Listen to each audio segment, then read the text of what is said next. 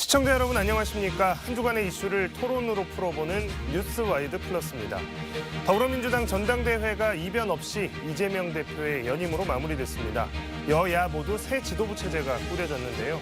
여야 새 진영을 꾸린 22대 국회 그리고 전국 전망해봅니다. 오늘은 김문수 더불어민주당 국회의원, 공진성 조선대 교수와 함께합니다. 두 분 안녕하십니까? 예, 안녕하십니까? 오늘은 지역 현안 이야기를 먼저 다뤄보겠습니다. 전남권 의대 설립 문제인데요. 정부가 전남권의 국립의대 설립 의사를 밝힌 이후에 전라남도가 공모 절차에 들어갔지만 입지를 놓고 목포와 순천, 전남, 서부와 동부 간 갈등이 첨예합니다. 목포대와 목포시는 공모 참여를 결정했는데 순천대와 순천시는 공모 자체를 반대하고 있는 상황이죠. 그런데 최근 순천 광양 구례곡성 갑 지역구 의원인 김문수 의원이 공모를 참여해야 한다라고 이제 입장을 선회하면서 새로운 국면을 맞고 있습니다. 영상 먼저 보고 와서 이야기 나누도록 하겠습니다.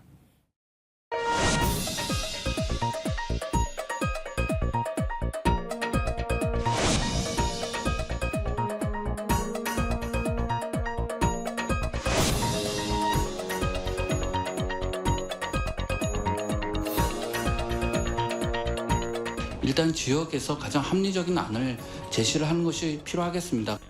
큰 방향에서 복지부 장관님이 말씀하신 그런 방향으로 저는 교육부도 뭐 똑같이 진행돼야 된다고 생각하고요. 지역에서 먼저 그런 뭔가 의견을 모아주시면 적극적으로 검토를 하겠습니다.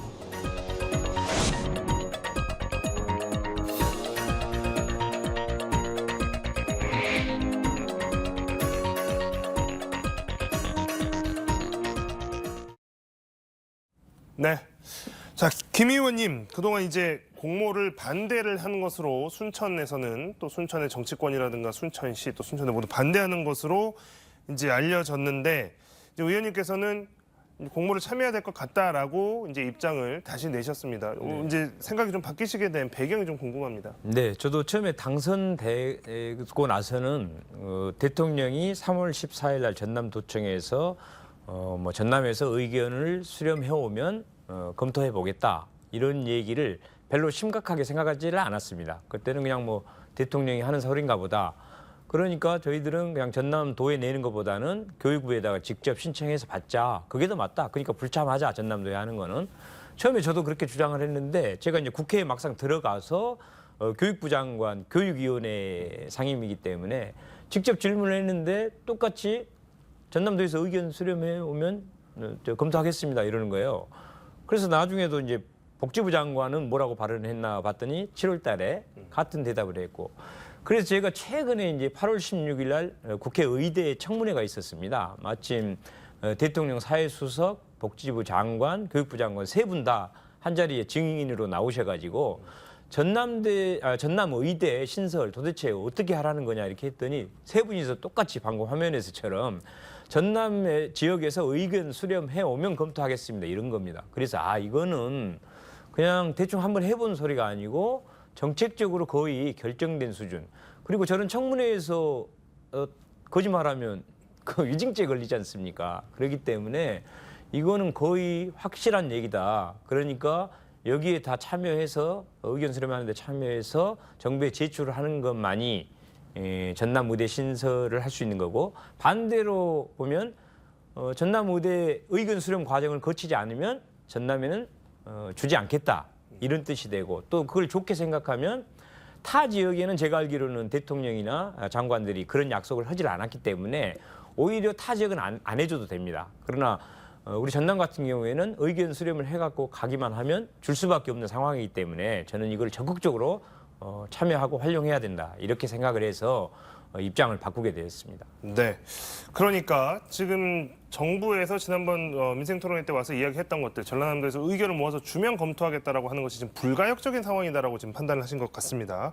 입장을 선회하셨고 그래서 조금 순천 지역에서도 지역사회에서 의견이 좀 갈리는데요. 일단 순천시 의원들, 도의원들 이렇게 정치권에서는 공모에 응모해야 한다 찬성 입장으로 바뀌었습니다. 하지만 순천시와 순천대는 여전히 공모 반대 입장을 이어가고 있는 상황인데, 이제 동부권 안에서도 이제 순천시나 순천대학교는 방금 하셨던 말씀들에 대해서 쉽게 동의를 하지 못하는 상황인 것 같습니다. 좀 이제 이런 부분들에 대해서 입장이나 해석 자체가 좀 달라지고 있는데 그러면 그분들은 아니다. 이거는 우리가 중앙정보를 직접 이야기할 수 있다라고 순천시나 순천대는 생각을 한다고 하는데 네. 이제 그 부분에 대해서 어떤 오해가 좀 있을까요? 지금 이제 전남에서 의견을 수렴해 오면 검토하겠다는 얘기를 계속 했지 않습니까? 그래서 전남도가 실제로 용역 작업을 하고 있습니다. 근데 거기다가 예를 들어서 한 대학에 인터뷰를 해야 한다. 면접을 보자. 이렇게 제안을 했는데 거절을 해버렸어요. 예를 들어서 우리가 시험 볼 때 면접 시험 먼저 보고 또 서류 심사하고 실기 시험 보고 이렇게 해야 되지 않습니까? 벌써 면접부터 시험을 안 봐버렸기 때문에 상당히 불리해지는 겁니다. 그래서 제 입장에서는 너무 큰일 났다. 그래서 일단은 빨리 이걸 응해야 된다. 급한 마음에 먼저 이제 뭐 서로 그 전에 오자 합의를 하고 이번에도 좀 상의할 시간 없이 급하게 이제 이렇게 좀 얘기를 하게 됐던 겁니다. 네. 자, 교수님, 이게 뭐 전남권 의대 설치 이야기가 나왔을 때부터 이게 뭐 대통령 대선 때부터 나왔던 이야기고 실제로 이제 윤석열 대통령이 당선된 이후 대통령이 취임한 이후에 실제로 와서 민생 토론이라는 형식을 거쳐서 해주겠다는 약속을 다시 한번 했고 실제로 이제 진행이 되는 과정으로 봐야 될 것 같은데 다만 이제 이런 식으로 너희 지역에서 해라라고 했을 때 생길 수 있는 갈등이라고 하는 게 어떻게 보면 예상 가능한 일들이었는데 이제 이런 방식으로 이번 전남 의대를 유치하는 것에 대해서 이런 과정이나 이런 그 선정 과정이나 방식에 대한 비판은 없겠습니까? 그러니까 옛날에 오히려 이제 권위주의 정부 시절이라면 이제 대통령이 그냥 독단적으로 장소를 결정해서 마치 선물 주듯이 결정도 하고 그랬을 겁니다. 그리고 이제 지방자치가 실시되기 전에는 그런 식으로 해도 뭐 딱히 다 이제 상명하복하는 조직 관계였으니까 별 문제가 없었을지 모르겠는데 이제 민주화 이후에 그리고 지방자치가 실시되고 나서는 약간 이제 이런 책임을 본인이 다 지기 힘들 경우에 이제 밑으로 자꾸 떠넘기는 현상들이 나타납니다. 그래서 이제 긍정적인 시설이건 부정적인 시설이건 간에 그 시설을 유치하기 위한 경쟁을 시키고 뭐 주민들이 더 많이 동의하는 쪽으로 이제 그쪽으로 간다 이제 이런 식의 결정 방식이 이제 점점 만연해 있는데 이제 그 하나고 그러니까 이제 서부권과 동부권이 모두 다 간절하죠.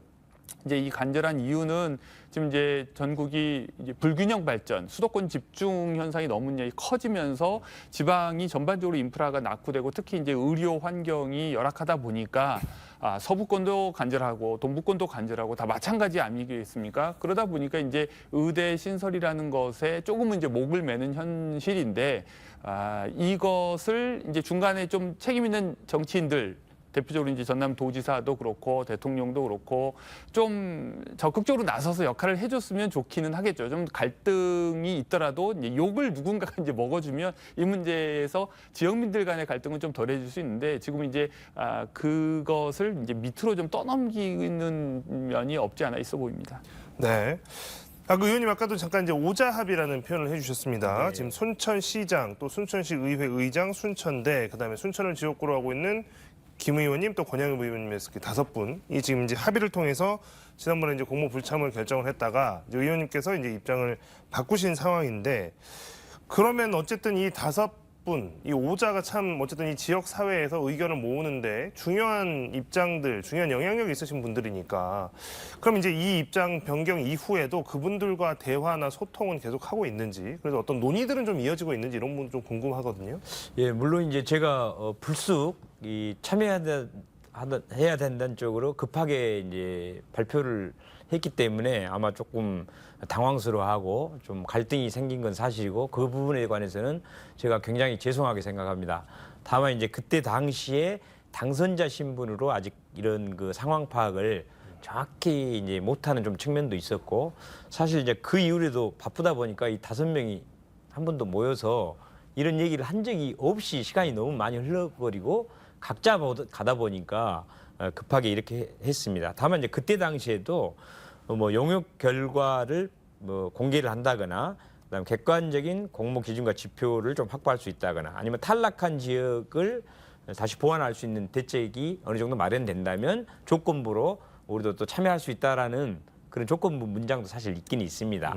근데 이제 저는 그것보다도 이 전남 의대 신설 허가권을 갖고 있는 거는 전남도지사도 아니고 순천시장도 아니고 대학은 당연히 아니고요. 이게 정부에 있다 보니까 우리가 어떻게 합의를 했냐는 사실은 큰 의미가 없습니다. 우리끼리 잘 뭉치는 것 말고는 결국은 허가권을 갖고 있는 정부가 어떻게 해오라고 하는 건지를 잘 귀 기울여서 그 방식대로 해주는 것이 이 전남 의대를 신설하기에 가장 유리하기 때문에 비록 오자 합의를 좀 어길 수밖에 없는 상황이 됐지만 그 확률이 높은 방향으로 해야 되고 대신 제가 이제 그 총장님께도 이런 일이 있기 전부터 아무리 생각해봐도 저는 좀 더 이거 준비하고 있어야 된다.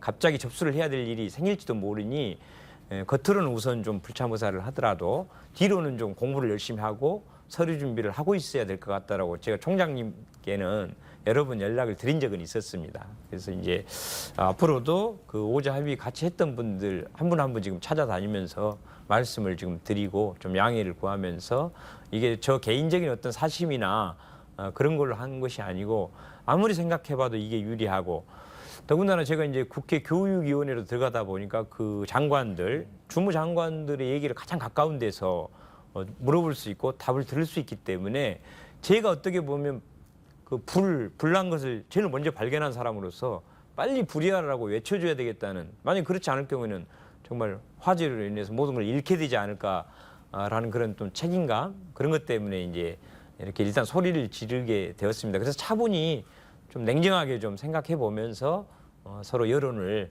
수렴해 나갔으면 좋겠습니다. 네. 자, 일단 그 공모 방식에 대해서 이제 그 순천대는 순천시가 결국에 이제 참여를 하느냐 안 하느냐 이제 이런 것에 대해서 조금은 이제 변화가 있었다는 이야기는 여기까지 정리를 하도록 하겠고요. 어쨌든 전남도는 지역별로 주민공청회를 진행하고 있는 상황입니다. 자, 근데 지역 간 갈등이라고 하는 것이 결국에는 목포가 되느냐, 순천이 되느냐, 목포가 되느냐, 어느 한쪽이건 지금 굉장한 경쟁이기 때문에 이제 이런 것들이 갈등이 쉽사리 봉합되지는 않을 것 같은 느낌이 강하게 드는데요, 교수님. 뭐 이런 갈등들은 뭐 피할 수 없는 상황이 돼버렸지만 이제 이런 것도 좀 어떤 식으로 해소해 나가거나 좀 어떤 식으로 이 문제를 마무리 지어 나가야 하겠습니까? 일단 뭐 갈등을 줄일 수는 있다고 생각을 하는데 일단 보상이 너무 크게 지금 산정돼 있는 것 같습니다. 그러니까 의대의 유치라고 하는 것이 좀 약간 신기루처럼 엄청난 이제 그 지역의 축복이라도 되는 것처럼 이제 사람들이 이제 기대를 하기 때문에 이걸 포기할 수 없는 거죠. 절체절명의 상황에서 필사적일 수밖에 없게 되는 건데, 근데 지금 이제 그 의정 갈등 속에서 병원에 이제 가보신 분들은 아시겠지만 전공의들이 뭐 수련을 포기하고 갑자기 이제 다 나가버리고 뭐 사표 내고 뭐 재계약 안 한다고 해버리니까 이제 의료 인력이 없어서 대학병원이 있어도 진료를 못 받습니다. 근데 그러니까 말하자면 대학병원이 들어오면, 의대가 들어오면 의사가 있고, 의사가 있으면 의료 서비스가 있다고 하는 것이 당연한 전제가 아니라는 것을 좀 생각할 필요가 있어서,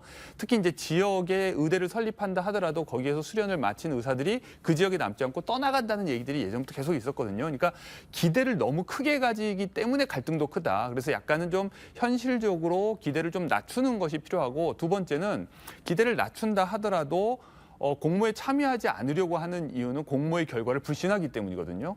그런데 이제 공모를 해서 내가 떨어질 것 같으면 또 공모하기가 싫겠죠. 공모를 우회해서 어떻게든 자기에게 확실한 결과를 얻을 수 있는 뭐 정치적 통로를 찾으려고 하거나 이제 이런 노력을 하게 되는데, 그렇기 때문에 이익을 공유할 수 있는 방안을 마련하는 것이 필요하다고 생각합니다. 그래서 저는 전남도가 공모를 진행하더라도 양측이 다 신뢰할 수 있는 객관적인 절차를 마련해야 하고, 동시에 지는 쪽도 이익에서 완전히 배제되지 않도록 이익을 공유할 수 있는 그런 대안을 마련하는 것이 필요하다고 생각합니다. 네. 뭐 이제 이게 어떤 공모가 만약에 이제 최종적으로 어떤 결과를 내겠지만 그 결과로서 끝이 나는 것이 아니고 그 결과에 따르는 후폭풍을 최소화할 수 있는, 잘 넘어갈 수 있는 이런 대안까지도 전라남도가 신경을 좀 써야겠다라는 지적을 해주셨습니다. 의원님 지금 상임위 교육위 이야기를 해주셨습니다. 맞습니다. 그리고 아까 저희 영상에서도 봤지만 지금 이제 의정 갈등 속에 지금 이제 뭐 의대 교육 관련해서 청문회가 있었습니다. 네. 그 이야기를 좀 여쭤보고 싶은데요. 네. 자, 지금 뭐 이거 의대 정원 갈등이 지금 끝이 보이지가 않고 있는 상황입니다. 지금 광주 전남 같은 경우에도 보면 전남대병원 또 조선대병원 전공의들의 복귀가 전혀 이루어지지 않고 의료 공백이 지금 굉장히 심각한 수준. 그러니까 병원에 입원을 했어도 의사가 만나기 힘든 이제 이런 상황들이 계속되고 있는데요. 의대 수업도 마비 상태고 또 내년에 이제 증원대 신입생이 들어와도 문제고 전혀 답이 보이지 않고 있습니다. 일반인들이 봤을 때는 어떤 이번에 그 청문회 그래서 어떤 질문들이 나왔고 거기에 대해서 이제 정부 관계자들은 뭐라고 좀 대답을 했는지 좀 간단하게 설명해 사실 주시죠. 이제 그 국회에 국민들이 5만 명 이상 청원을 해가지고 청문회를 하게 됐거든요. 그러니까 국민들도 이걸 너무 심각하게 보기 때문에 국회에 가만히 있지 말고 뭐라도 해봐라. 그래서 마침 저희들이 각 부처 이제 장관, 대통령실 사회수석도 나오고 또 의사협회 등에서도 나왔는데 이게 저희들은 하면서 그래도 다른 상임위와 다르게 여야가 이번에 우리가 정말 잘 해내가지고 좀 협상력을 발휘를 해가지고 이거를 한번 좀 해결해보자 그런 얘기를 여야 간에 얘기를 했습니다. 그래서 실제로 이제 우리 정치권이 나서서 협상을 시도하면은 어떻게 대통령실은 그걸 수용하겠느냐, 장관으로 수용하겠냐 했더니 일단 첫 대답은 한번 해보겠습니다 이렇게 대답을 해가지고 너무 저희들이 잘 됐다 싶어서 이제 정회를 하고 여야 상임위원장과 여야 간사가 합의를 해갖고 들어왔어요. 그렇게 한번 해보기로. 그런데 또 하루 이틀 지나서 다시 이제 저희들이 기자회견을 했는데 결국은 그러면 정부는 또 뭘 좀 양보를 좀 더 해줘야 되고 그래야 우리가 이제 또 학생들이나 의대생들이나 의사들한테 가서 정부가 이 정도 좀 양보를 한다 하니 본인들도 이제 양보를 해서 빨리 학생들은 복귀하고 의사들도 복귀하는 게 어떻겠냐라고 시도를 하려고 그랬더니 정부에서 결국은 더 이상 또 물러설 수 없다는 답을 들어가지고 그런 협상 노력이 깨지고 말았습니다. 네. 뭐 답답한 상황인데 지금 이제 뭐 국회에서 야심차게 준비했던 청문회에서도 역시나 뭐 그렇게 크게 기대할 수 있는 답변 결과는 나오지 않았습니다. 뭐 답답한 상황이 계속될 수밖에 없을 것 같은데 이번 청문회에서 또 한 가지 논란이 됐던 것들 또 이슈가 됐던 것 중에 하나가 지금 교육부가 증원하기로 한 2,000명 정원의 대학별 배분을 심사한 심사위원회 회의록을 파기한 것으로 밝혀졌습니다. 정부는 이 자료가 유출되면 갈등을 유발할 수 있고 또 위원들 간에 참여했던 위원들 간에 개인정보가 유출될 수 있다. 그래서 파기했다라고 이야기를 했는데 이거는 선뜻 이해하기가 굉장히 힘든 부분입니다. 정말 저희들이 이제 그 배정심사위원회에서 2,000명을 심사를 한 거기 때문에 너무 궁금했습니다. 이게 어떤 과정을 거쳐서 2,000명이라는 숫자가 나왔을까? 그걸 또 알아야 혹시 잘못된 부분이 있으면 지금이라도 좀 수정을 해가지고 할 수 있는데 처음에는 회의록이 없다. 회의하면서 잠깐 이렇게 메모했다가 바로 파기해버리고 이랬다고 그랬거든요. 근데 계속 찾다 보니까 그 회의록이 어떤 의원님 손으로 들어왔습니다. 예, 그래가지고 이건 뭐냐 하니까 파일로 아마 저장돼 있었는 것 같습니다. 이런 앞뒤가 전혀 안 맞는 상당히 위증을 하는 일까지 벌어져가지고 아마 고발을 해야 되지 않나. 그때 당시 교육부 차관이 그렇게 위증을 했기 때문에 그런 일까지도 벌어졌고 또 사실은 그 배정심사위원회 회의가 완전히 확정 발표되기 전이었을 겁니다. 충북도지사께서 우리 지역에 상당히 많은 수의 의대생이 배정된 것 같다는 그런 뉘앙스의 SNS를 띄워버린 적이 있거든요. 그래서 나중에 여기저기 수소문해 보니까 충북도청의 보건 담당 국장이 거기 어쨌든 배정위원회에 들어간 거 아니냐. 이제 위원 명단을 발표를 하지 않고 있기 때문에 알 수는 없지만 이런 정도 얘기를 해도 이걸 부정하지 못합니다. 아무도. 그래서 이제 이게 너무 사적으로 즉석에서 뭐 어떤 일들이 위원 선정도 그렇고 그런 일들이 이루어졌지 않냐라는 강한 의심을 하게 되었습니다. 네. 자, 의대 증원을 반대하는 의대생들은 벌써 몇 개월째 수업을 거부하고 있습니다. 그러니까 지금 우리나라 의과대학의 학생들, 의대생들은 수업을 지금 받고 있지 않은 상황입니다. 전남대나 조선대 등 대학들은 1학기 성적 처리를 내년으로 미루겠다. 그러니까 사실상 학기제가 아닌 학년제로 전환했습니다. 그러니까 학기마다 이게 성적 처리가 돼야 되는데 그거를 1년 단위로 하겠다. 그러면서 학생들, 의대생들이 다시 돌아와서 수업에 복귀할 수 있도록 그 길을 터놓겠다라고 하는 건데요. 한시적인 특례 적용이지만 편법이라는 비난도 있습니다. 교육부가 내놓은 학사 탄력 운영 가이드라인, 즉 유급 유예, 또 재적 처리 완화, 성적 처리 연기, 이제 이런 것들을 한다고 해서 그러면 학생들이 그럼 과연 복귀를 할 것인가? 학생들이 떠나간 이유는 그대로 있는데 떠나간 이유는 그대로 놔두고 이런 것들만 학생들에게 재적을 완화한다든가 유급을 유예한다든가 이런 것만으로 돌아올 수 있을까라는 생각이 당연히 들 수밖에 없는데 정부가 수습을 못한 상황이라고 봐야 되지 않을까요, 교수님? 지금 의대생들과 의사들의 관점에서 보면 지금 정부가 계속 밀리고 있다고 생각할 수밖에 없을 것 같아요. 그러니까 의대생들도 계속해서 그냥 1학기를 안 다녔으면 1학기를 못 다닌 걸로 해야 되는데 여름으로 밀어줄게. 여름에도 복귀를 안 했는데 그럼 2학기로 밀어줄게. 나중에 가면 이제 겨울에 뭐 무슨 1년치를 막 압축적으로 24시간 잠 안 자고 수업을 이수할 수 있도록 해줄지 모르겠어요. 그러니까 이런 식으로 자꾸 후퇴를 하면 의대생들 입장에서는 조금만 있으면 우리가 다 이긴다 이렇게 생각할 거 아니에요. 이제 본인들은 1년을 버리지만 그 1년을 버려서 평생을 어떻게 보면 자신들이 지킬 수 있는 이익을 확보할 수 있다면 해볼 만한 싸움이라고 생각할 것 같은데 지금 정부가 아무런 치밀한 시나리오나 계획도 없이 이 일을 벌였다는 겁니다. 그런데 이제 문제는 그 영향을 국민들이 고스란히 지금 받고 있다는 거죠. 그런 의미에서 정말 어떤 대책이 있는 건지 지금이라도 있는 건지 좀 의심스럽고 근데 이런 때에도 가끔씩 흘러나오는 것은 이제 중간에 수련 마치지 않고 중간에 나와서 개업 못하게 뭔가 좀 의사 면허 제도를 뭐 바꾸겠다는 이런 식으로 자꾸 이제 더 푸시하는 쪽으로 뭐 해보려고 하는데 과연 이것도 어떤 계획이 정말 치밀하게 준비되어 있어서 하는 얘기인지 아니면 그냥 떠보는 건지 모르겠습니다. 그러니까 정부가 스스로 이제 신뢰 상실을 자초한 현실이라고 밖에 볼 수가 없습니다. 네. 자, 의대 정원 이야기가 나온 것부터 의대 정원의 규모가 2,000명 확대로 결정되는 것까지 그리고 이어지는 의료 공백 상황들, 의사들의 이탈과 의대생들의 수업 거부 상황.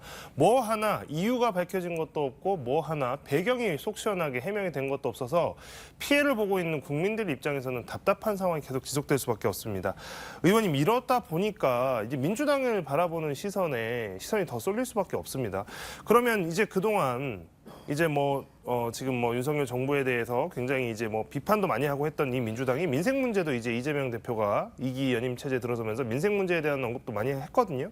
이제 이런 상황에서 지금 어떻게 보면 국민의 생명권과 직결되고 있는 이 의료 문제를 민주당이 뭔가 좀 책임지고 뚜렷한 대안을 가지고 와서 뭔가 좀 해결하는 모습의 능력을, 그러니까 정부를 비판하려면 민주당은 대안을 가지고 뭔가 국민들에게 보여줘야 되는 타이밍이 아니냐 이런 말들이 좀 있습니다. 민주당의 대안 어떻게 준비되고 있습니까? 그래서 저희들이 그래도 그 교육위와 복지이긴 하지만 그 분야에 이제 나름대로 전문성을 갖고 있으니까 거기서 정말 중재를 해보려고요. 굉장히 저희들은 노력을 했는데 결국은 이제 그 대통령실에서 나온 사회수석의 그런 태도라든가 이 말투부터 해가지고 굉장히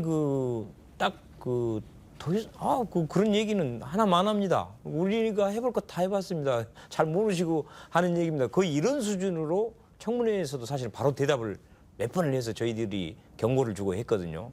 아예 그냥 처음부터 말을 잘라버리고 야당 국회의원들의 말조차 할 정도면 이제 의사분들이나 교수님들 그리고 학생들을 대놓고도 아마 좀 고압적인 그런 자세를 했거나 그리고 이제 이 숫자 산정에 관한 발표라든가 이런 거 봤을 때도 너무 상식 이하에 그냥 정말 표 하나 놓고 자 니네 몇 명 이렇게 해서 그냥 명령을 내려버리니까 들으려고 하지 않고 여기에서 아마 이제 그 의대생들이든 교수님들이든 의사분들이 굉장히 모멸감 수준의 어떤 그런 걸 느낀 것 같더라고요. 그래서 그러다 보니까 강경하게 내가 의사가 못 되더라도 그냥 이대로는 돌아갈 수 없다는 이런 정도까지 와버린 것 같습니다. 그래서 저는 그런 마음을 달래주고 그러면 다시 그 배정심사 저희들이 그래서 배정심사위원회부터 한번 구성을 정말 제대로 해가지고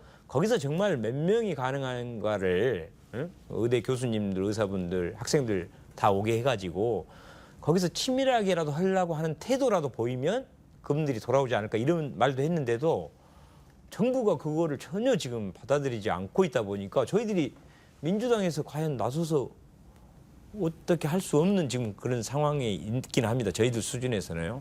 그래도 우리 이제 이재명 당대표님이 좀 어떤 묘안이라도 갖고 이번에 새롭게 또 됐으니까 이런 부분을 한동훈 대표라든가 이렇게 이 부분도 좀 같이 해결할 수 있는 묘안이 있었으면 좋겠는데 저는 딱 떠오르지는 않습니다. 네. 어려운 문제이고 워낙에 이제 양측이 강경하다 보니 합의라는 거 하는 것도 협의라고 하는 것도 뭐 그 이전 단계죠. 뭐 대화하는 것 자체도 지금 굉장히 쉽지 않은 상황이다라고 하는 것을 지금 다시 한번 확인했습니다. 자, 전국 상황에 대한 이야기로 넘어가 보겠습니다. 여야 모두 새 지도부 정비를 마무리했습니다. 정치권 상황 영상 보고 이야기 이어가도록 하겠습니다.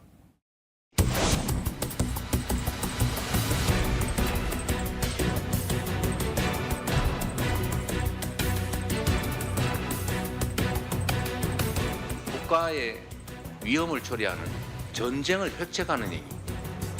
이게 바로 강국가 행위 아닙니까? 이거 누가 하고 있습니까? 거울을 하나 선물을 해드리고 싶습니다.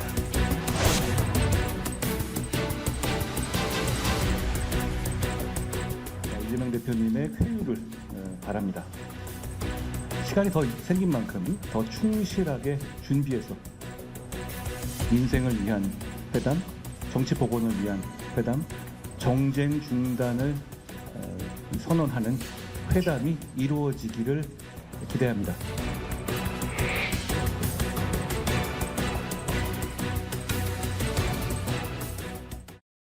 네, 더불어민주당 전당대회 이야기 먼저 해보겠습니다. 이재명 당대표가 85%의 득표율로 연임에 성공했습니다. 치열했던 최고위원 선거는 초반 상위권을 달리던 정봉주 후보가 이른바 명파리 발언 논란 끝에 가장 큰 이변 속에 최종 6위로 탈락을 했습니다. 교수님, 전당대회 어떻게 보셨습니까? 결과가 예상됐기 때문에 좀 싱거울 뻔했는데 다행히도 이제 최고위원 선거가 이제 진행 과정에서 점점 이제 순위가 엎치락뒤치락하면서 조금 긴장감도 생겼고 또 덕분에 이제 당원들의 참여도 늘어나서 결과적으로 보면 꽤 지루하지 않은 전당대회였던 것 같고요. 김대중의 민주당으로 시작해서 또 이제 문재인의 더불어민주당이 이제 비로소 이재명의 민주당으로 확실하게 이제 탈바꿈하고 자리 잡는 것을 이제 정확하게 이제 공식적으로 선언한 전당대회였다 이렇게 생각하고 동시에 또 하나 이제 뚜렷하게 드러난 흐름, 즉 이른바 당원 주권이라고 하는 그 흐름을 아주 잘 보여준 전당대회였다는 생각이 듭니다. 네. 의원님, 내부적으로 의원단 원내에서도 그렇고 아니면 당 내부적으로도 그렇고 내부에서 평가는 어떻습니까? 이번 전당대회단요. 역시 아마 당원들이요 더 이재명 지지율을 더 높여버렸잖아요. 그러니까 이거는 민주당은 무조건 이재명 중심으로 똘똘 뭉쳐라는 이제 신호를 강력하게 주고 그리고 정권 교체를 꼭 해라. 그리고 다른 내부 분열은 안 되고 또 이러한 판단을 할 때 우리 당원들한테 투표권을 주고 우리한테 여론을 형성하게 해주면 우리가 그거 할 수 있다. 뭐 이런 신호를 많이 준 것 같습니다. 네. 네. 자, 이재명 대표는 2년 전 방금 의원님 말씀하신 2년 전 전당대회 때 77%가 나왔습니다. 그러니까 이번에 이제 한 10% 좀 안 되게 더 높은 거죠. 더 높은 지지를 받았는데 이제 절대적인 지지 속에서 교수님 평가로는 이제 비로소 이재명의 민주당 체제가 이제 갖춰졌다라고 이제 말씀을 하셨는데 변수는 뭐 여전히 있습니다. 지난 대선 이후로 이제 줄곧 제기됐던 게 사법 리스크고 재판의 이제 결과들이 이제 계속해서 나오게 될 텐데 자, 이제 이런 부분들이 실질적으로 좀 변수가 될 수 있을까? 혹은 어느 정도의 위협이 될 수 있을까? 왜냐하면 이게 이제 뭐 1심 판결이 났다고 해서 끝나는 것들도 아니고 상급심들도 있고 하니까요. 뭐 물리적으로 시간의 차이도 좀 있고 그렇습니다. 교수님께서 어떻게 예상하십니까? 저는 그 사이에 이제 리스크 해석의 변화가 좀 생겼다는 생각이 드는데요. 그러니까 이제 리스크라고 하는 것도 일종의 이제 뭐 보험, 뭐 자동차 운전, 뭐 사고 리스크라는 것도 이제 누군가가 측정을 하지 않습니까? 그런데 이제 이 계산이 점점 바뀌고 있는 이유가 지금 이제 윤석열 정부 3년 차에 들어서면서 검찰이 주도하는 어떤 이제 정부의 이 운영 방향 또 뭐 검사들이 기소하는 행태들 이런 것들이 이제 너무나 이제 누적되다 보니까 기본적으로 이재명 대표의 사법 리스크라고 하는 것이 객관적 실체로서 우리가 알 수는 없는데 그것을 바라보는 당원과 지지자와 유권자들의 해석, 시각이 점점 이제 변하는 것 같습니다. 그러니까 이렇게 된 이상 이제 나중에 일각에서는 그러니까 뭐 올 하반기에 어떤 재판 결과가 나오면 1심 결과라도 나오면 뭐 사법 리스크가 뭐 현실이 되는 거 아니냐 이렇게 얘기를 하시는데 저는 오히려 해석이 오히려 더 다르게 전개될 가능성이 굉장히 높아 보인다. 그러니까 기소의 정당성 자체가 더 의심스러워지는 상황으로 지금 가고 있어서 당원들은 그것의 영향을 전혀 이제 받지 않을 거라고 생각하고 오히려 이 리스크를 엄청나게 크게 봤던 분들은 사실 총선을 앞두고서 다 탈당하고 떠났습니다. 그렇기 때문에 이제 이 85%라고 하는 지지율이 나왔던 것이고 그렇기 때문에 이제 당 내에서의 입지와 위상에 대해서는 전혀 뭐 변동이 없을 거라고 생각하고 당 바깥에서도 그렇게 심각하게 볼 것인가? 과연 윤석열 대통령과 김건희 여사보다 더 심각한 사법 리스크를 가지고 있다고 생각할 것인가? 아니면 오히려 이제 이걸 부당한 어떤 기소의 결과로 볼 것인가? 이건 뭐 좀 약간 열려 있는 것 같습니다. 네. 자, 이번 전당대회에서 또 최고위원 선거가 이제 굉장히 순위도 엎치락뒤치락 하면서 이제 많은 이제 일방적인 당대표 선거보다는 이제 최고위원 선거에 관심이 더 많이 쏠리기도 했었는데요. 호남 지역을 이야기를 좀 해보면 호남 현역 의원, 재선 의원인 민형배 의원이 최고위원의 도전장을 내밀었습니다. 8명의 후보 중에 본선 후보 중에 유일한 호남 후보였고 유일한 비수도권 후보라고 분류가 됐었는데 아쉽게도 결과는 7위, 8명 중 7위로 낙선했습니다. 광주 전남 의원들이 지금 도전한 것은 최고위원에 도전한 건 3번 연속 다 떨어졌습니다. 서삼석 의원, 송갑석 전 의원 그리고 이번에 민영배 의원까지 3번 연속이고 사실 이제 호남 출신 전북까지 포함하면 4번 연속 지금 탈락한 겁니다. 당선된 한준호 의원이 전북 출신이라고는 하지만 지역구가 경기 고향 을 지역구죠. 수도권입니다. 호남 정치인들이 이제 계속 낙선을 하면서 최고위 선출직으로 지도부에 입성하지 못하는 상황들을 두고 이제 민주당 안에서 이제 호남의 영향력, 호남의 어떤 영향력이라든지 호남 정치력이라고 하는 것이 예전만 못해지는 것 아니라고 하는 평가들이 나오고 있는데요. 김 의원님 이제 전당대회 쭉 지켜보셨으니까 그 부분에 대해서 좀 많이 느끼셨을 것 같습니다. 예, 이번에 이제 민영배 후보님께서 전남에서는 21%로 1등을 하긴 했습니다. 그리고 광주에서는 27% 얻었고, 근데 이제 전국 최종 득표율은 9%였거든요. 그래서 탈락을 했는데, 도대체 왜 이렇게 안 될까 이렇게 했는데 우리 이제 당원들의 수준이 단순히 호남 사람이니까 해준다. 그 정도는 잘 안 되는 것 같고요. 정말 전국적인 인물로 이제 돼야 되는데, 근데 민영배 의원님도 상당히 그런 쪽에 속했거든요. 저희들이 볼 때는. 그런데 이제 최근에 보니까 예를 들어서 윤석열 정권과 피를 흘리면서 정도 싸울 수 있느냐, 뭐 그런 정도 열정을 갖고 있느냐. 그다음에 이제 어떤 언어 구사라든가 행동을 할 때도 이성적이고 합리적인 언어보다는 감성적이고 감정적이고 정말 막 피를 토하고 열정이 넘쳐나서 주체할 수 없는 정도의 어떤 것들을 보여준 사람들이 됐어요. 그게 약간의 연출이든 아니든 간에 그런 면에서 뭔가 호소력이 좀 막판에 떨어진 거 아닌가 이런 생각이 들고, 단순히 이제 호남 출신이거나 호남 지역구라고 해서 되는 일이 아니기 때문에 전국적인 인물로 스스로 이제 부상을 해야 되는데 그게 정말 참 만만치 않구나 이런 생각이 들고, 저도 이제 호남 지역구 의원으로서 너무 많이 부족하다는 생각을 해서 각자가 이제 타고난 능력과 재주와 열정을 원래부터 갖고 계신 분이라면 좋겠지만 그러지 못하더라도 저 같은 경우에도 김대중 대통령님의 그런 정신과 열정, 또 노무현 대통령님, 그리고 이제 지금 우리 이재명 당대표처럼 나의 모든 것을 바쳐서 정말 제대로 내가 할 수 있는 모든 것을 진심으로 열심히 해야지만 겨우 좀 인정받겠구나 해서 많이 반성도 하고 있고 더 열심히 하려고 노력은 하고 있습니다. 네. 이준석 개혁신당 의원이 이번 그 민주당 최고위원 선거 결과에 대해서 좀 평가를 한 내용이 이제 또 화제가 되긴 했었죠. 민주당 선출직 지도부 6명 중에 5명이 영남 연고자더라. 그러면서 나는 이 결과를 보면서 놀랐다라는 이야기를 해서 이게 또 뉴스를 장식하기도 했습니다. 3년 뒤에 대선을 위한 영남 라인업이다. 이제 이런 평가까지도 좀 했었는데 이렇게까지 해석을 하는 건 좀 비약일까요, 교수님? 아니 뭐 나름 예리한 관찰인 측면도 있습니다. 그러니까 의도한 결과는 아니지만 그동안 민주당이 대통령 선거에서 이기기 위해서, 왜냐하면 97년 처음으로 수평적 정권 교체를 하던 시절에 이른바 DJP 연합이라고 하는 수평적 지역 연합을 통해서 집권에 성공을 했었는데, 그것을 이제 단독으로 하기 위해선 결국은 끊임없이 다른 지역으로 당세를 확장하는 것이 불가피했습니다.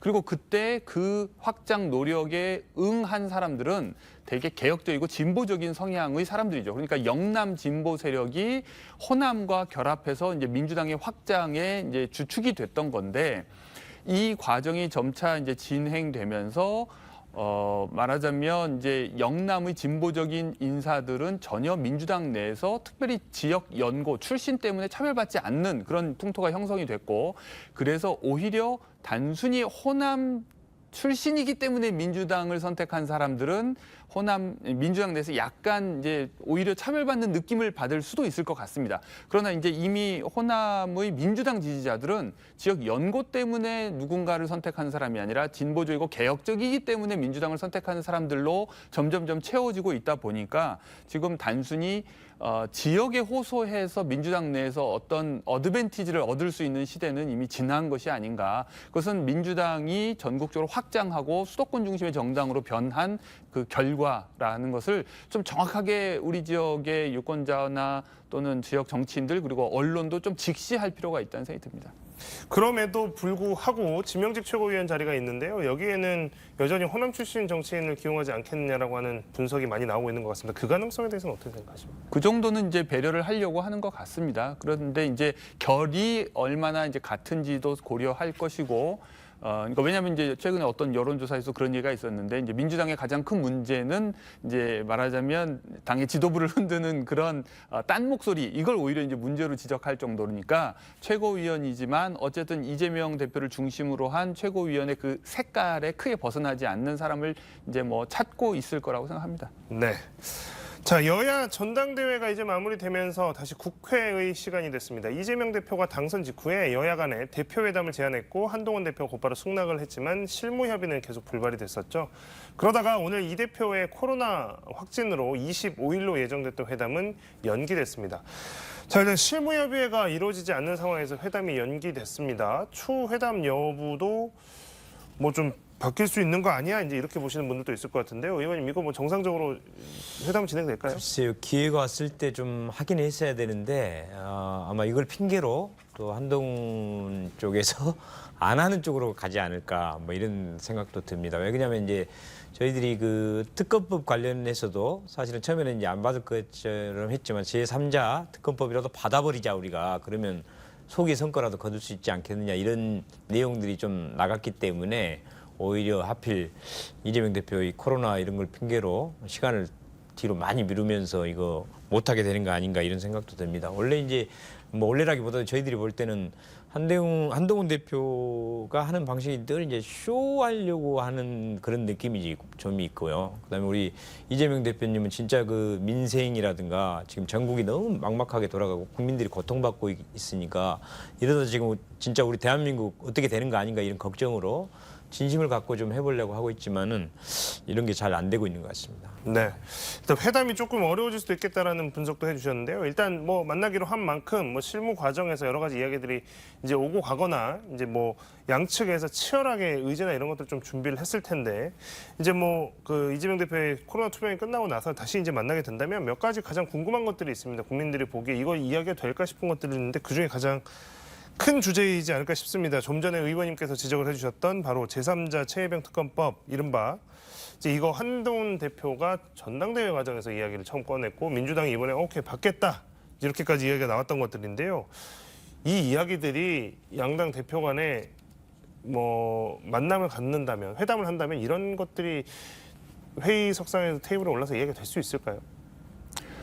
뭐 애초에 이제 이 회담에 응하겠다고 하는 결정도 한동훈 대표가 조금은 즉흥적으로 한 것이 아닌가 싶은 생각도 드는데, 이제 본인은 기본적으로 차기 대권 주자로서 당내에서 자신의 위상을 좀 더 확고히 하기 위해서 그런 언론의 주목, 관심을 필요로 했던 것 같습니다.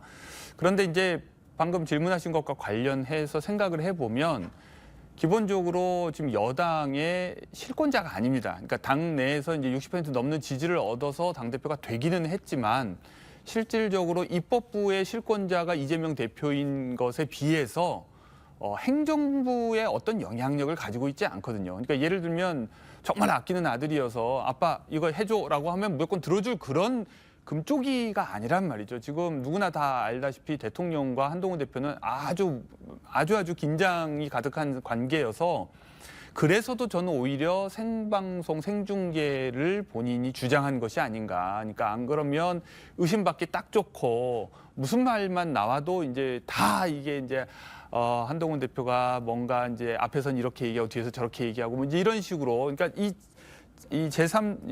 최혜병 특검이라고 하는 것은 그 자체로 결국 대통령을 겨냥하는 특검 법안이기 때문에 이건 어떤 식으로 문구를 조정한다고 해도 결국 용산과 갈등을 피할 수가 없는 사안입니다. 그래서도 이 사안과 관련해서는 시간을 최대한 뭔가 좀 늦춰가면서 당내에서 자신의 입지를 좀 더 확고히 한 후에 결정적인 타이밍을 노리면 노렸지 지금 당장 서둘러서 할 사안은 아닐 거라고 생각하고요.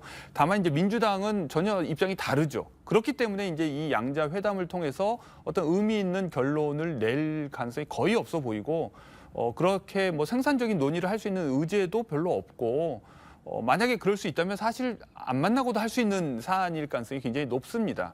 그러니까 이제 실제 권한이 없는 사람이 지금 당대표로서 할 수 있는 일이 제한된 상황에서 아마 이렇게 의제 조절하는 과정에서 흐지부지 될 가능성도 굉장히 높아 보입니다. 두 분도 일단 뭐 이 민감한 의제들이 굉장히 많이 쌓여 있는 만큼 실제로 성사돼서 의미 있는 결과를 도출해내는 것까지는 어려울 수 있다라고 좀 부정적인 전망을 해주셨습니다. 자, 여야 지도부가 꾸려지면서 전세 사기 특별법 또 간호법 처리는 합의가 됐습니다. 여야 간에 뭔가 이렇게 좀 합의를 이루었다는 것 국회에서 굉장히 오랜만에 듣는 소식이기도 해서 반가운데요. 28일 본회의에서 처리될 예정입니다. 이게 이제 앞으로 국회에서 전국을 이제 논의해 나가는 과정, 또 여야가 서로 이제 협치를 해나가는 과정의 어떤 긍정적인 시그널로까지도 볼 수 있을까요? 의원님 어떻게 보십니까? 지금 뭐 이대로 가다가는 정말 뭐 양당 다 국민들로부터 버림을 받을 수 있겠다는 그런 위기감도 사실 있습니다. 그래서 이제 우리 이재명 당대표님도 뭐 영수회담이라든가 여야 당대표 회담부터 제안을 했기 때문에 뭐라도 좀 몇 개라도 이렇게 해야 된다는 생각을 하고 있습니다. 특히 이제 저희 그 지역 같은 경우도 또 여순 사건법 같은 경우도 여야가 합의해서 만든 법이거든요. 근데 이게 조사 기한이 지난 법으로 10월 5일 날 끝나버립니다. 근데 지금 희생자 약 7,500명 신청돼 있는데 10%도 해결이 안 돼 있거든요. 확정이 안 돼 있어서 이것도 총리를 만났을 때도 또 야당 의원들도 조사 기한 당연히 연장해서 이거는 해야 되겠네요. 이런 얘기까지 들었거든요. 우리 지역사회 관련된 여순 사건법이라든가 전세 사기 특별법, 간호법 이런 것은 좀 꼭 했으면 좋겠습니다. 네. 자, 이제 뭐 국회의 이야기에 이어서 대통령실 이야기를 좀 해볼 텐데요. 광복절을 전후해서 정부의 친일 논란이 굉장히 뜨거웠습니다. 뭐 독립기념관장 임명부터 시작이 돼서 그 이후로 이제 각종 발언들 그리고 이제 국회에서 이어진 이제 지적들, 논란들 계속 이어졌는데요. 국정 지지도가 지금 30% 선까지 다시 내려앉았습니다. 대통령의 지지율 앞서가던 여당의 지지율도 동반 하락하는 현상이 나타났는데요. 친일 논란 이거 굉장히 아직 국민들에게는 굉장히 민감한 주제인 것 같습니다, 교수님. 그러니까 일반적인 보수 유권자들도 동의하기 어려운 이슈인 것은 분명하죠.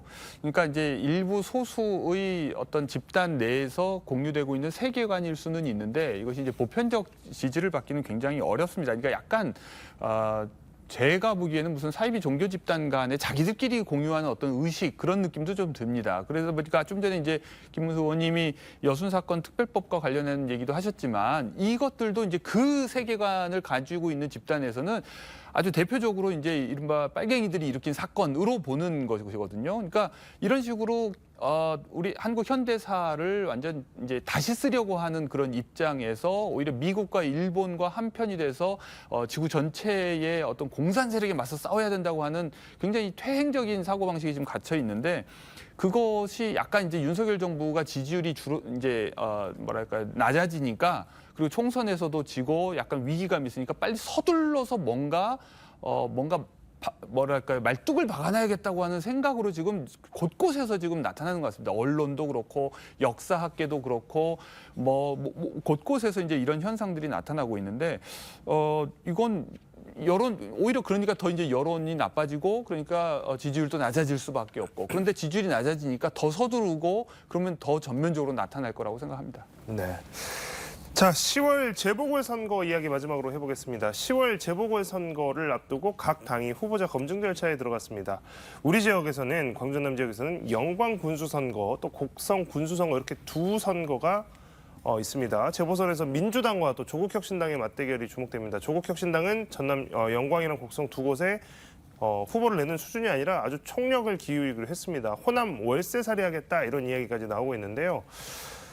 자, 일단 김문수 의원님께 여쭤봐야 될 것 같습니다. 전남 지역에서 조국혁신당이 정말 아주 대대적으로 그냥 후보를 내는 정도가 아닌 것 같습니다. 네네. 지도부가 다 내려와서 뭐 살다시피 하겠다, 선거 때까지 이제 이 정도 각오를 하고 있는데 껄끄러운 느낌이 있을 수밖에 없을 것 같습니다. 어떻게 보십니까? 맞습니다. 지난 그 총선 때 거의 뭐 비례대표 40% 이상 이렇게 얻었기 때문에 상당히 저희들 또 긴장을 하고 있고, 그 기대감을 조국 혁신당은 그대로 이번 그 재보궐선거에 이어가고, 그게 이제 지방선거까지도 가지고 가면서 민주당의 대안 세력으로 한번 해보겠다 이런 이제 얘기를 하고 있습니다.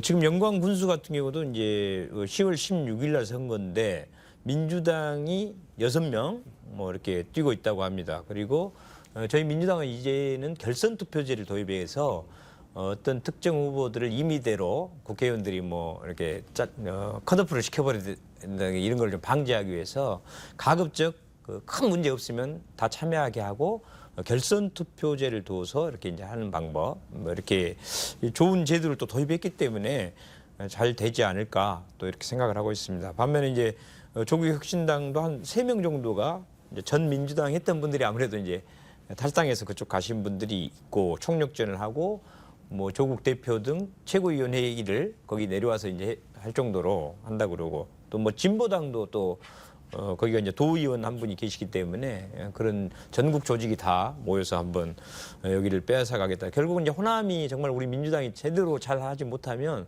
더 개혁적이고 더 혁신적이고 더 성실하게 하지 못하면 정말 뺏길 거라는 그런 생각이 듭니다. 곡성도 마찬가지로 민주당 3명 뛰고 있는데 무소속도 2명이 상당히 강력한 분들이 하고 있고, 또 조국혁신당도 1명이 하고 있다고 합니다. 그래서 굉장히 저희 민주당도 위기의식을 갖고 더 잘 해내려고 열심히 뛰려고 준비하고 있습니다. 네, 교수님, 조국혁신당이 각오가 정말 센 각오를 하고 이번 보궐선거에 임하는 것 같습니다. 지난번 뭐 이제 영광 지역구라고 이계호 의원도 나오셨지만, 그래서 굉장히 정말 불편한 기색을 많이 내비치셨거든요. 어떤 식으로 좀 이게 좀 흘러가게 될까요? 이 기본적으로 이제 총선 때 보여준, 이제 호남에서 보여준 지지율에 대한 예의라고 생각을 합니다. 뭐 후보를 내지 않는다면 그건 오히려 예의가 없는 거죠. 그러나 이제 또 그 지지율을 고지고대로 생각하는 것은 아니라고 생각을 하고요. 근데 이제 문제는 다만 이것이 이 지방자치선거인데다가 보궐선거라는 점에서 판을 엄청나게 키워서 전국적 주목을 받도록 하지 않으면 조직의 힘이 압도할 가능성이 굉장히 높아서 조국혁신당이 얼마나 이 짧은 시간 동안 전국적인 관심을 끌어올리느냐, 무슨 군수 선거가 이렇게 치열해, 이럴 정도로 붐업을 시켜야 된다고 생각합니다. 자, 뭐 일단 후보군도 이제 좀 추려지고 있고요. 그리고 이제 지난 위기 재보궐선거가 발생하게 된 이유도 좀 이제 따져가게 되면서 미묘한 긴장감과 견제들이 오가고 있습니다. 조국혁신당이 뭐 다음 주에 이곳에서 1박 2일 뭐 내려온다고 하고 있고, 또 일부 신장식 의원 같은 사람은 선거 기간 내내 여기 방어도 놓고 살겠다 이제 이런 얘기까지 하면서 굉장히 관심이 모아지고 있는 상황인데요. 저희도 앞으로 이 재보궐과 관련돼 있는 소식들 많이 전해드리도록 하겠습니다. 오늘 토론은 여기서 마치겠습니다. 윤석열 정부 출범 이후에 야당 주도의 법안 통과, 그리고 대통령의 거부권, 또다시 국회 재의결, 그리고 법안의 폐기, 이렇게 이어진 도돌이표 정국에 국민들의 피로감이 높습니다. 여야 지도부 모두 재정비를 마쳤고 여야 대표 회담까지 모처럼 정치의 시간이 됐습니다.